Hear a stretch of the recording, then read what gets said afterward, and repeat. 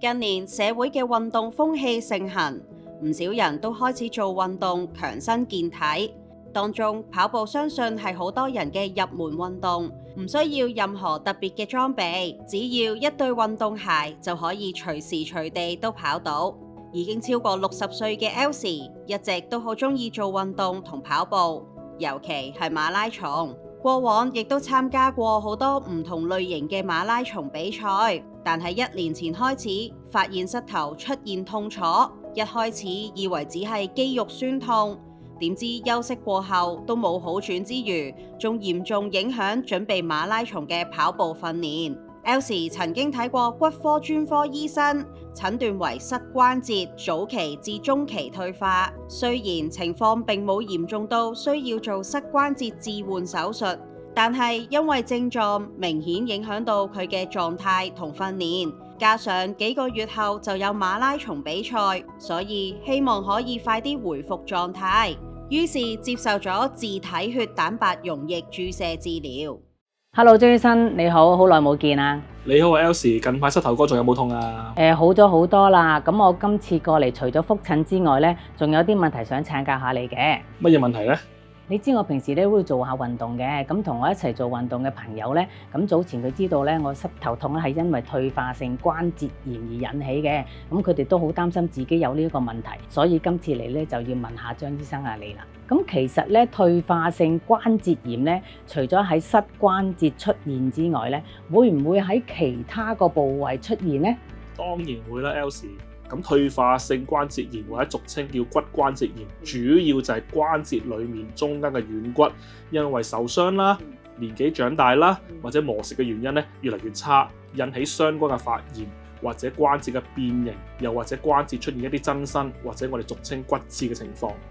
咁關節炎嚟講，最常見影響嘅位置咧就係下肢，包括髖關節、膝關節呢啲會受壓嘅部位，又或者上肢，包括手掌啦、手腕呢啲部位。咁而喺咁多個關節之中咧，最常見出現問題咧就係膝關節啦。咁啊 Elsie 好似你咁樣，你當然做得好好，就係平時做好多唔同類型嘅運動，例如跑步啦。咁但係都需要留意咧，做運動嘅姿勢要正確。如果唔係，如果姿勢錯誤咧，係會增加軟骨嘅壓力嘅。咁而一般嚟講，我都建議啲病人除咗做單一種運動之外，應該做多啲不同嘅舒緩嘅運動，例如瑜伽啦、皮拉提啦，基本上係訓練翻關節附近嘅軟組織，同埋鍛鍊翻肌肉，令到關節更加穩定，減少關節軟骨退化嘅機會㗎。咁仲有邊啲人係高危人士呢？嗱，咁顧名思義啦，退化性關節炎當然係一啲年長嘅人咧出現機會比較高嘅。咁一般嚟講，我哋講緊60歲以上嘅人士咧，就係屬於高危一族啦。咁至於男女比例方面，一般嚟講，女性發生退化性關節炎嘅機會咧，係比男性為之高嘅。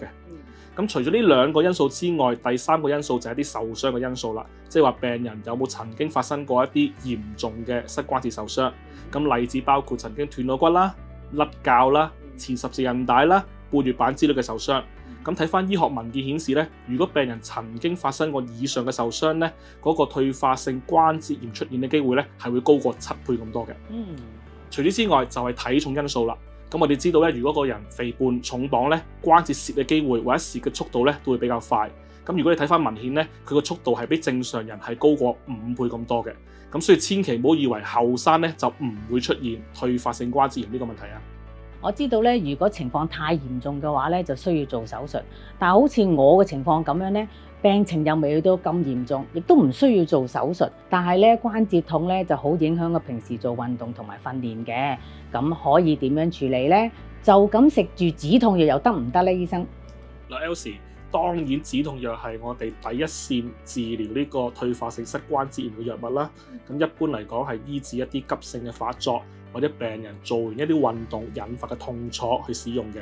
咁但係一般嚟講，醫生就唔會建議病人去長期食呢啲咁嘅非類固醇嘅消炎止痛藥，因為有唔同類型嘅副作用，包括影響到呢個腎功能啦，亦都可以影響到個腸胃嘅健康。咁至於其他口服藥物嚟講，咁市場上最多人食咧就係唔同類型嘅口服嘅補充劑，包括唔同類型嘅軟骨素啦，或者葡萄糖胺之類。咁呢啲藥物其實個內容呢，就係一啲關節裡面一啲重要嘅物質，包括軟骨裡面嘅成分啦。咁希望透過食翻呢啲口服嘅補充劑，係令到減少膝關節嘅退化。咁病人可以考慮食一段時間，睇下有冇效果。咁但係亦都有唔少病人發覺食完一段比較長嘅時間，例如食咗半年之後，都覺得冇一個明顯嘅止痛功能。咁呢啲病人呢，我哋就會考慮另一種嘅治療，例如一啲唔同類型嘅關節注射嘅治療，希望可以提升到嗰個止痛效果。我當初咧就係覺得食咗口服補充劑一段時間就冇乜嘢成效，所以就想睇下有冇其他治療嘅方法。咁注射治療咧有咩選擇呢？係咪我上次做嗰種呢？首先有一個重要嘅概念，就係口服補充劑同埋關節注射治療呢兩樣嘢係互不排斥嘅。咁即係話病人喺同時接受緊唔同類型嘅口服補充劑嘅時候，亦都可以同時進行呢個關節注射嘅治療。咁至於關節注射治療方面呢，咁市場上最歷史悠久或者最多人用嘅呢，就係透明質酸治療啦。咁其實喺透明質酸治療嘅概念嚟講，我哋嘅意思就係話，當關節出現退化發炎呢，關節液裡面嘅成分同作用呢會改變。意思即係話佢嘅黏度同埋佢嘅潤滑度都會減低，而其中裡面關節液最重要嘅成分呢，就係透明質酸啦。咁我哋希望透過注射呢個透明質酸去改善因為退化性關節炎影響到嘅關節液裡面嘅黏度同埋潤滑嘅程度，希望改善到關節液嘅功能，從而得到一個止痛同埋潤滑嘅效果。咁我上次做嗰個注射治療咧有咩分別呢？Elsie， 上次你接受嗰個治療咧係叫做自體血蛋白溶液注射治療，英文就叫做 APS。咁係一種呢幾年嚟喺醫學界引入嚟治療呢個退化性膝關節炎嘅方案。咁大家可能聽過喺近10年前啦，醫學界引入咗一種叫做高濃度血小板，英文叫 PRP 嘅注射治療方案。咁基本上就係喺骨科都經常會使用，係治療唔同嘅關節問題啦、軟組織啦或者跟腱發炎嘅問題。而 APS 可以話係屬於 PRP 嘅其中一種，但係佢專係針對呢個退化性膝關節炎嘅。咁 APS 嘅治療概念係透過注射一啲高濃度嘅優質嘅因子，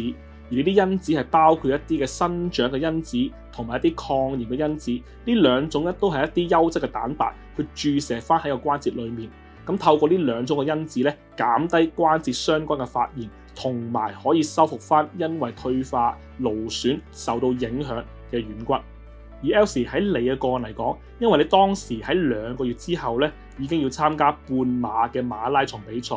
所以我咧就建議考慮一個比較成效快同埋安全性高嘅注射治療去幫你。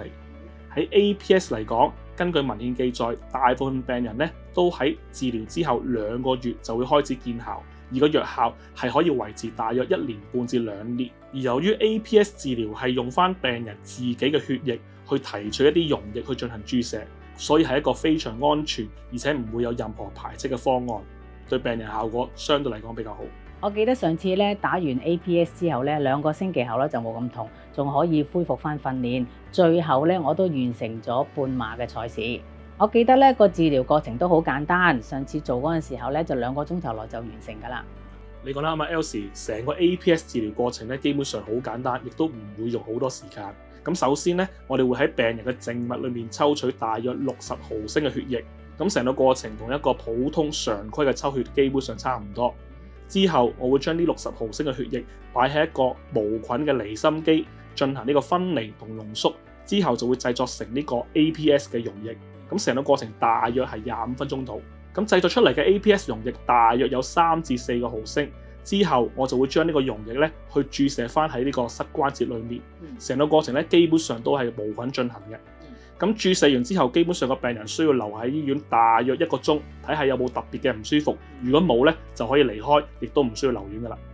咁呢個注射治療咧係咪適合所有嚴重退化性關節炎嘅患者呢？ APS 治療係比較適合一啲早期以及中期嘅退化性膝關節炎嘅病人，尤其是好似你呢啲個退化程度唔係好犀利啦，唔係好需要做手術，而且希望表現翻一個強大運動功能嘅病人嘅。而且其實我成日都同啲病人講，不論係呢個運動及物理治療、口服補充劑同埋關節注射治療咧，係3樣嘢需要三管齊下，先至可以達到最佳嘅治療效果。咁當然啦，一啲比較差嘅病人，例如佢 X 光已經顯示到有嚴重嘅退化，關節出現變形，佢試過唔同類型嘅非手術治療都冇效，而且嗰個關節嘅問題已經影響佢嘅日常生活。咁呢啲病人咧就可能需要考慮進行呢個手術，即係話關節置換嘅治療啦。哇！咁真係有咩事都好要盡快睇醫生。我班跑友咧就成日覺得膝頭痛係好小事，咁我過2日咧同佢哋一齊訓練嘅時候咧，我要話翻俾佢哋聽，等佢哋知道有幾咁嚴重。冇錯啊，有咩問題都應該盡早求醫，尤其是如果你嘅膝關節疼痛已經持續咗一段時間咧，更加應該及早揾骨科醫生進行呢個適當評估同埋治療。咁啊，及早求醫、及早治療，先可以有效減低膝關節長遠退化嘅機會嘅。